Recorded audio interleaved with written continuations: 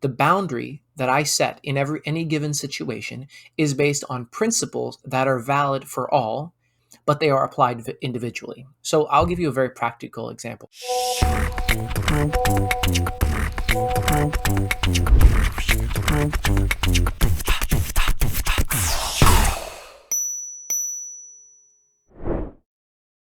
Welcome to the Grace Talk Podcast. This is Pastor Josh, your host, and today we're talking about how to say no, about boundaries.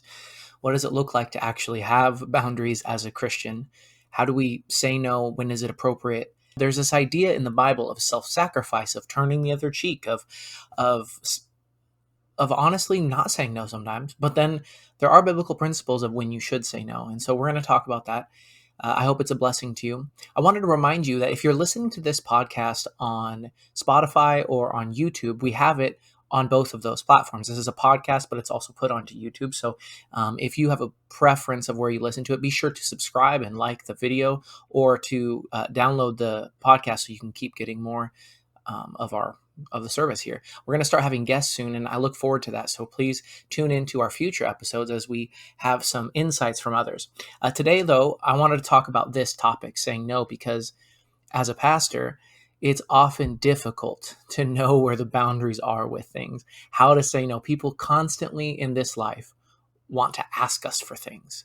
And the truth is, when you first become a Christian, sometimes you feel guilty. I don't know about you, but I mean, you feel like, well, I can't say no because this guy needs help, right? Every time I drive by a homeless person, I feel like I have to pull over, give them money. But those things just end up being not practical. If you live that way every single day of your life, you end up just being torn apart, right? The reality is, and sometimes we forget this as Christians, is that I'm human, right? Like, I'm not Jesus. I'm not God. I am part of the body of Christ. I have a role to play. But we need to decide. We need to really balance. Okay, when do I give and when I don't give? And how do I think that through? Is it always good to give? Maybe not. Before we really begin, though, we need to establish kind of how do you justify boundaries in this world, right? It's difficult to know if my boundaries are appropriate or not appropriate. And we could go on and on about the specific details of when something is wrong or right. But the basic concept is, before you can set boundaries, before you can know when it's appropriate to say no, you first need to establish values. So some of those values might be like human life matters, right? That freedom matters, that God gave me freedom, so other humans should give me a similar amount of freedom according to what God has given. These types of principles are important. Now, also, of course, we need to not talk about just letting people do things, but also that it's wrong for me to impose certain things on people. So anything that stops someone else from having their freedoms that I'm doing. So if I'm attacking them or holding them down or controlling them, then those types of things are inappropriate, and it would be appropriate to say no. So the boundary, here's the key.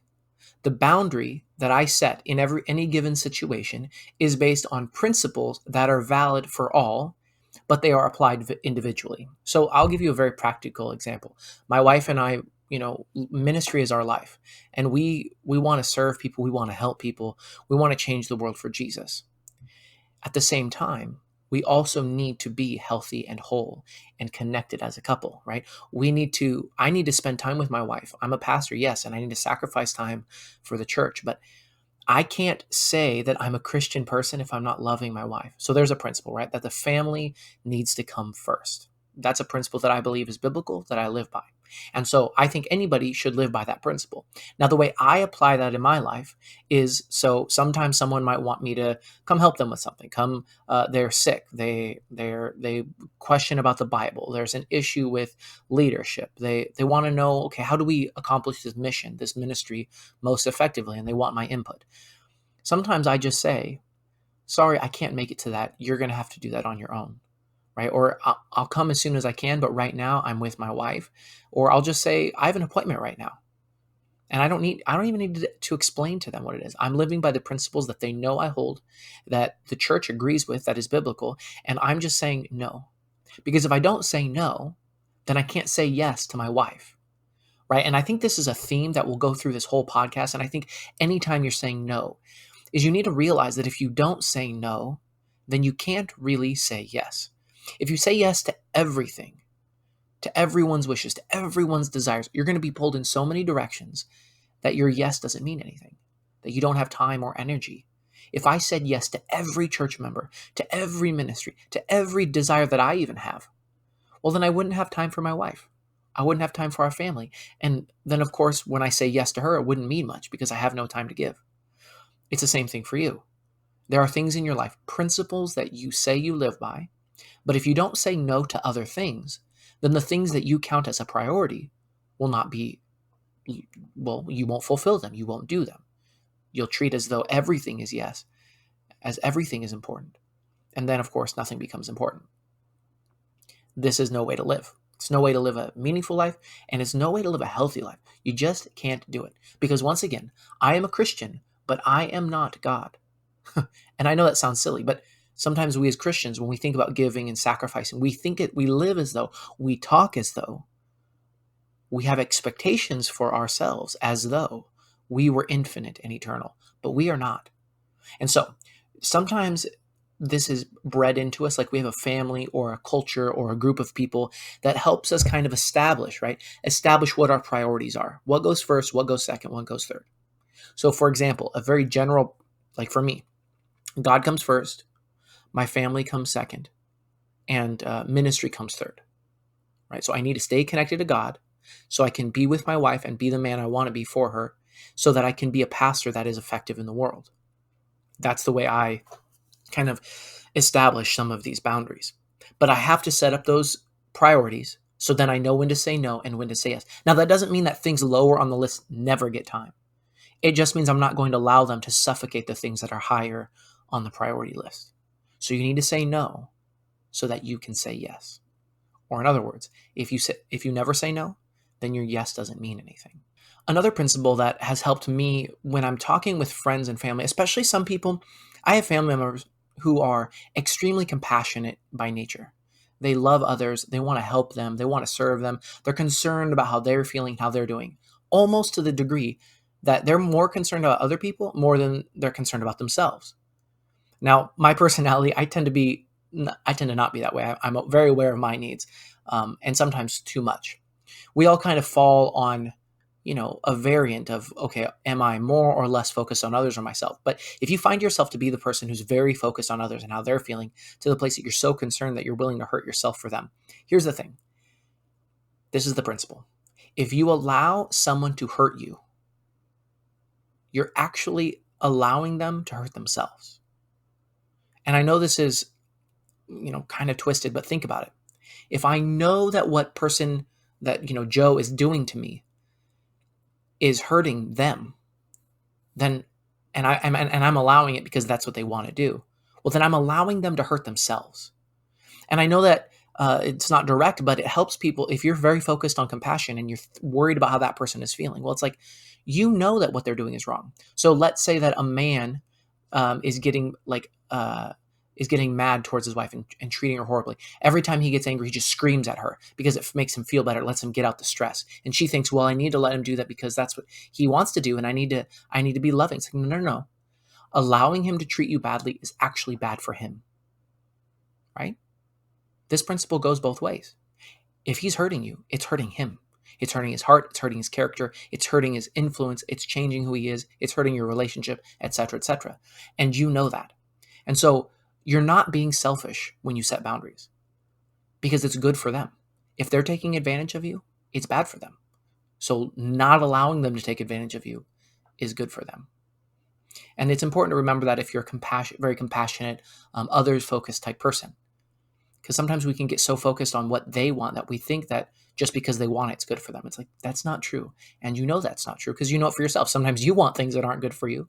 Well, so do they. They want to do things and be selfish. And if you allow that, well, then you're allowing them to hurt you and you're allowing them to hurt themselves. So now a good controlling way to measure that is to judge it from a third person perspective. Kind of think like, if it wasn't me who was being hurt by this person, let's say it was my friend. If my friend was being hurt by this person the way I'm being hurt by this person, would I want to stop what's happening? And if the answer is yes, well, then you have the right to stop it. You have the right to say no. We have the right to stop people from hurting us because it's wrong for them to hurt us. It's bad for them to hurt us. And it's bad for us, of course, to hurt us. So keep that in mind. Another good consideration to realize is that biblically, not everyone is identical. We are all equal in the body of Christ. We are all important. We are all valuable, but we are not identical. The way Paul talks about this is as if we are the body of Christ. Some of us are the hands, some of us are the feet, some of us is the mouth, some of us is the head, right? And you have these different talents. Some people are good at building, fixing, doing things, right? Creating. Some are good at working hard, doing a lot, right? That might be the feet, so to speak. Some of us are good at speaking or teaching or preaching, and that would be the mouth. Some of us are theologians and can think deeply and passionately, and well, that might be the brain. And of course, these things overlap, but here's the point. Sometimes we say no because if I say yes to everything, then I'm not allowing other people who might be better at that thing to do it, right? As a pastor, people come to me all the time and say, Pastor Josh, you should do this ministry, you should do that ministry. And my response almost always is going to be, wow, that is a great ministry. How can I help you accomplish that? Because if God is calling that person to do that thing, then probably they should do the thing. And if they don't have the skills to do the thing, if they're not the person who should do it, then we need to find the person who's doing it. Just because it's a good idea and I'm the pastor doesn't mean I should be doing it. I don't have the talents for everything. So that gives me the right to say no. Because if I said yes to everything, other people wouldn't get to do it. I'm actually stealing the blessing of them getting to do that thing. So doing good things even, you can say no to. Why? Because number one, you might not be the right person to do that thing. You might not even be talented to do it. Or if you are, then there's someone else maybe who could be doing it. Number two, if you're doing that thing, then you're not doing something else, which means if you're doing something that you're not gifted to be doing, then you're wasting time because you're being inefficient. You're getting in the way of other people. And instead, you could be doing the thing that you're called to do, where your ministry is. Now, of course, I want to clarify, when we first start, our lives as Christians or in any skill, we don't know exactly where we fit in. We don't know exactly where our best talents are. So it's not like we're going to jump in and be super efficient right away and know exactly what we're great at.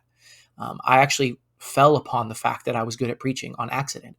But once I realized that, well, then I directed my life more in that way, right? Because I saw where God's gifts are. And so I had to say no to other things that I really would like to do and maybe enjoy. But I said yes to other things because those were where my gifts were. Those were where the meaning was. Those are the things where I would make a difference. And I wouldn't be stealing the blessing of other people who could be doing the other things because that's where their gifts are. So it's a good balance, right? To realize I'm not good at everything. I might know people who are good at things and I can direct them and help them and guide them. Maybe you're a good leader, right?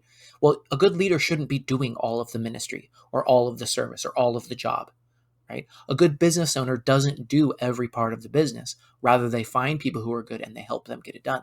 And so you can think of it that way. Think, okay, I don't need to do every good thing just because it can be done. I can say no because I have other things to be doing that are more important for me because of who I am in my situation. As Adventists, we often talk about the Sabbath, and I wanted to point out a perspective that the Sabbath brings us. In both times that the Sabbath command is given in the Old Testament, in Exodus and Deuteronomy, it reminds us that, well, not only is it that you're not supposed to work, but that your servants and the people who are within your gates, if you have a guest in your gates, they don't have to work either, right? They all get freedom on the Sabbath. And this idea is that I can say no because I'm responsible for the way my life, my power, my authority affects the lives of other people. So sometimes I can say no, not because it's about me, but because I have to think of the broader perspective, right? So let's think of a mother who has children, and I'm the pastor, and I want her to come serve at the church. Well, serving at the church is a great idea, and I think more people should do it. Very few are doing it currently, and those who are doing it are hugely blessed. But sometimes I would say maybe that mother needs to say no, because her saying yes to me means she can't say yes to her children. And this kind of goes back to, you can't be everywhere at all times and say yes to everything. But it's also because how is that going to affect her children when she doesn't prioritize her family and she prioritizes church? Well, now her children are learning a pattern, and the way it's affecting her children and her grandchildren and the friends of her children. So the way I organize my life affects everyone around me because I'm creating priorities. I'm creating a certain culture by the choices I make. And for you to do that effectively, for you to make wise choices and be able to set boundaries, you need to be able to say no. So taking this responsibility into consideration means that I have more reason to say no, because if I don't say no, I'm going to be led astray. I'm going to be just kind of going in the wind, and the consequences will definitely be clear, will be noticed, will be effective, right? And I don't want it to happen on accident. I want to be purposeful in the way I live my life, right? So it points out how my influence in my situation and the responsibility I have creates consequences. My actions, my choices, my lifestyle has consequences. So it's not only about me, it's about those around me. There's a beautiful text in the book of Matthew, chapter 5, verse 37, where Jesus says, "Let what you say simply be yes or no. Anything more than this comes from evil." In fact, some versions say that it comes from the evil one, from Satan himself.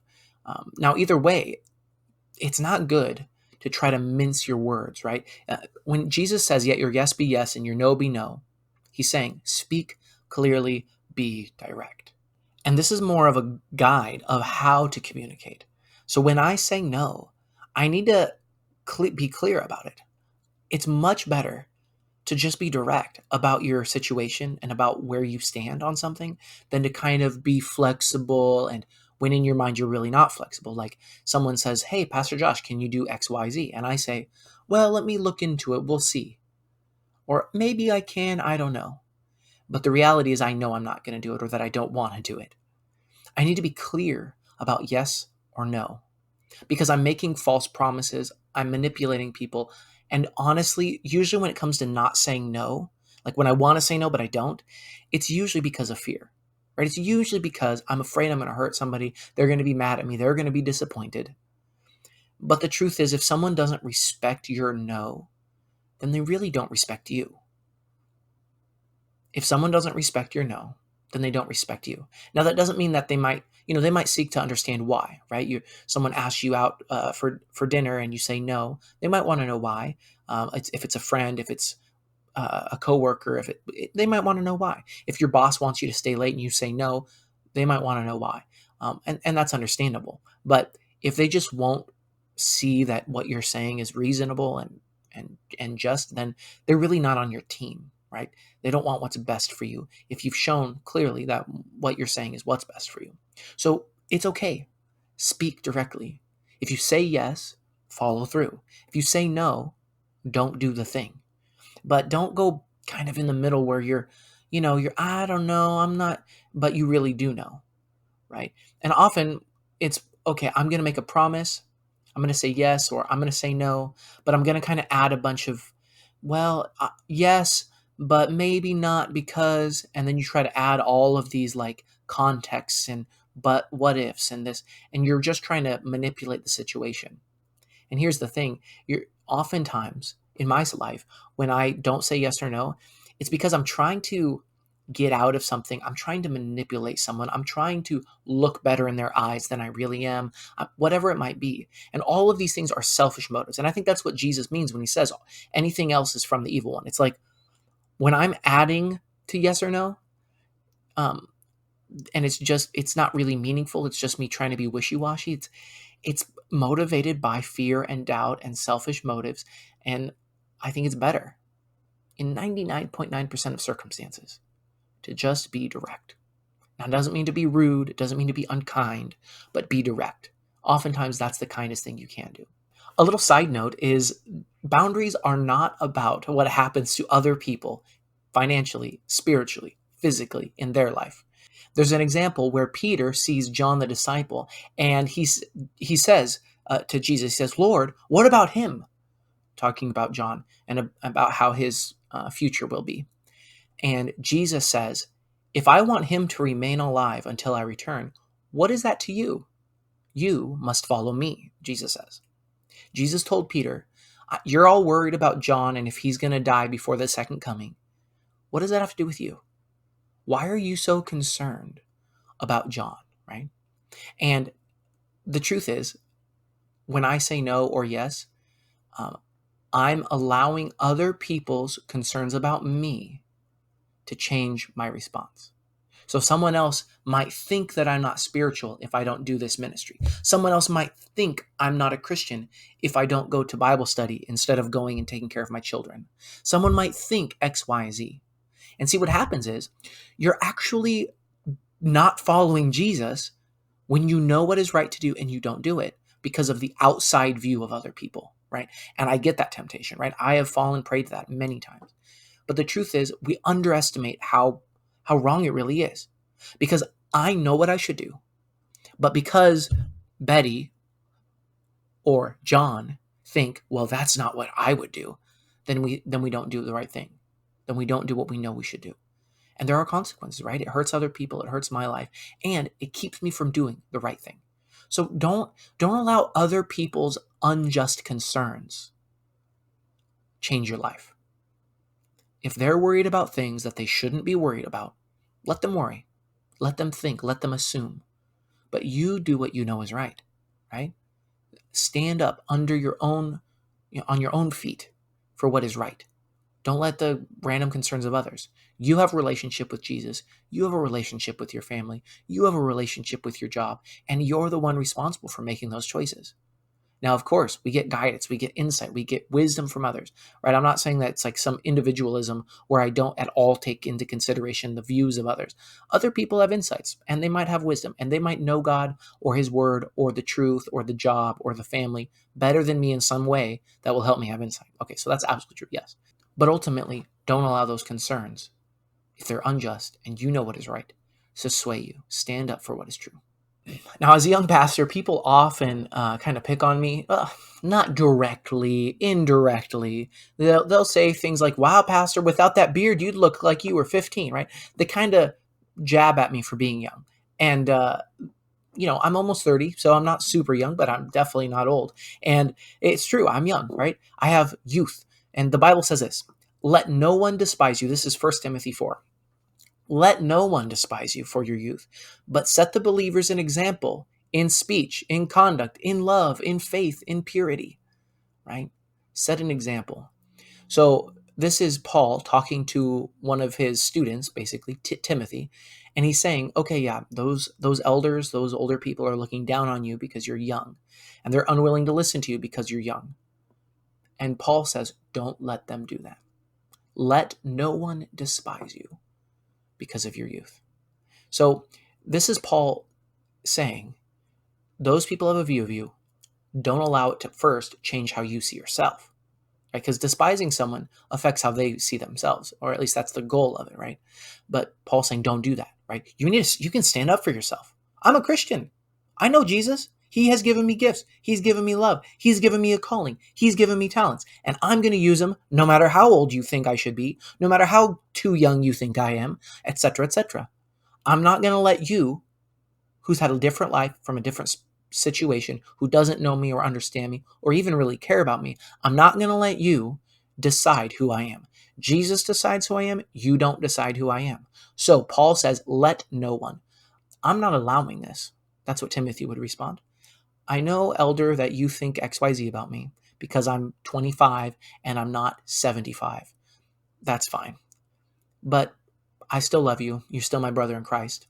And I'm still going to do the things that God's called me to do. Let no one despise you.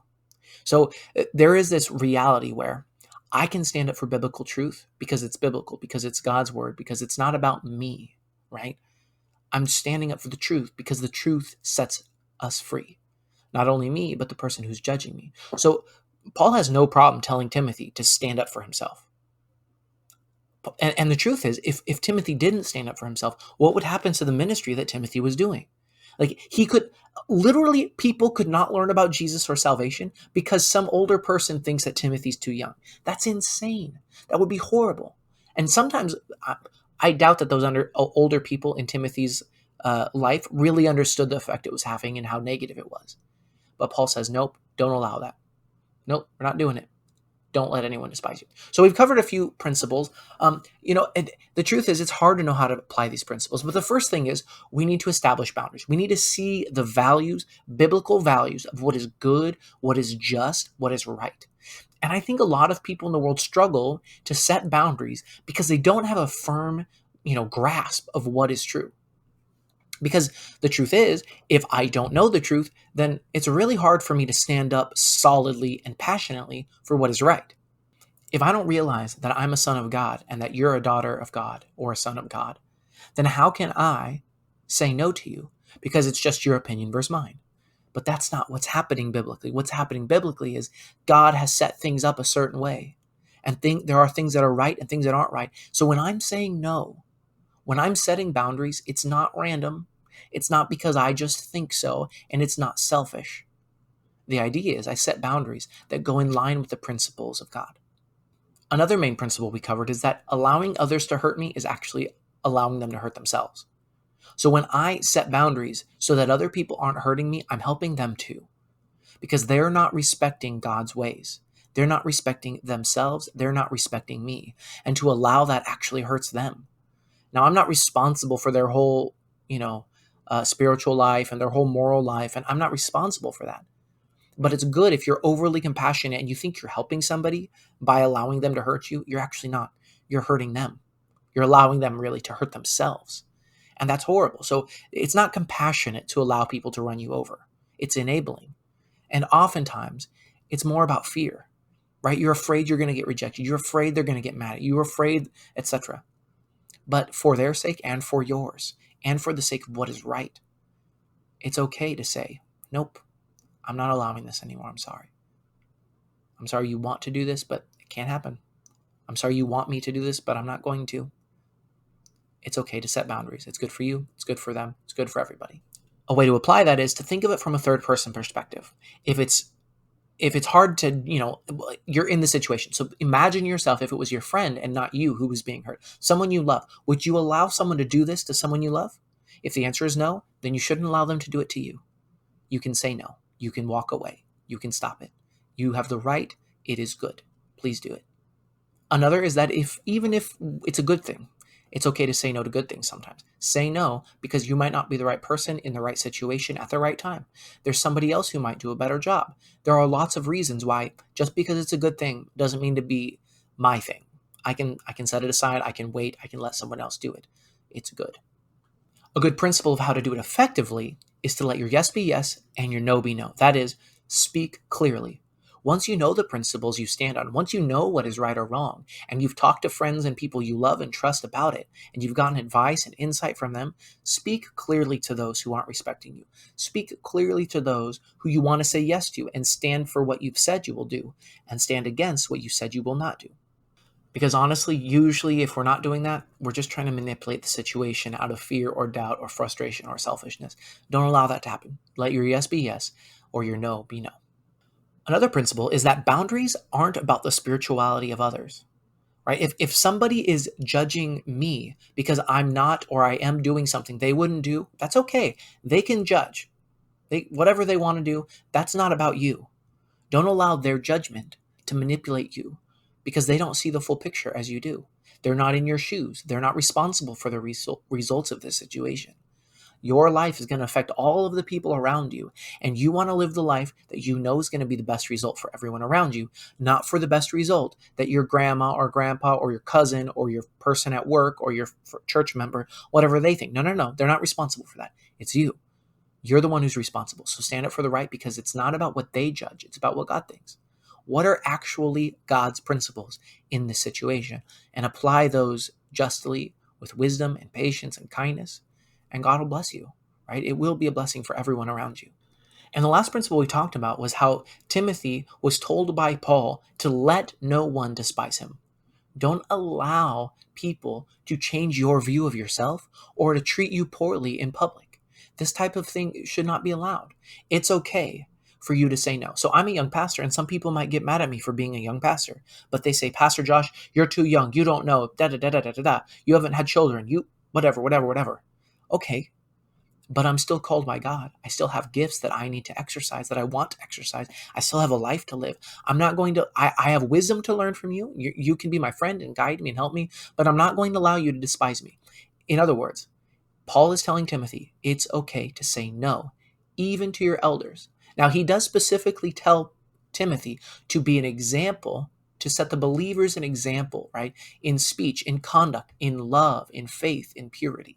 So my life needs to back up what I'm saying. I can't just tell everybody to, get out of my life and then go do whatever I want and then think that that's not going to be a negative thing. Well, of course it is. If I set myself up as a spiritual leader or as a person who knows what's best, but then I'm doing a bunch of foolishness, it's like, that doesn't make sense. I need to be consistent, right? I need to do what I say I'm going to do and not do what I say I'm not going to do. And so God will help us in this process. And I think that's ultimately what this comes down to. You're a child of God. You're responsible before God, not before other people. And they may be your friend, they may be your parent, they may be your grandparent, or a random stranger who you respect, who you see as wise, as having a good perspective on things. But they're not you. They don't have your gifts or your mind or your heart, or they're not you.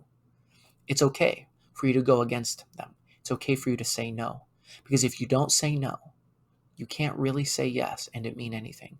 So I pray that God will bless you as you apply these things. One last thing I want to mention is that we are continuing to do more on the Grace Taught podcast.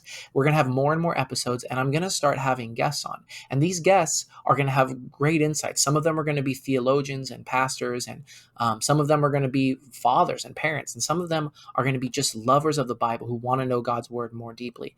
The goal of the Grace Taught podcast is to apply it to our daily lives. So be sure to download, to like, to subscribe to this channel, because we want you to be able to see all this content. I'm making it so that we can process these things. I know there's a lot of biblical verses, there are a lot of questions out there, and the whole point is to have a discussion, a conversation.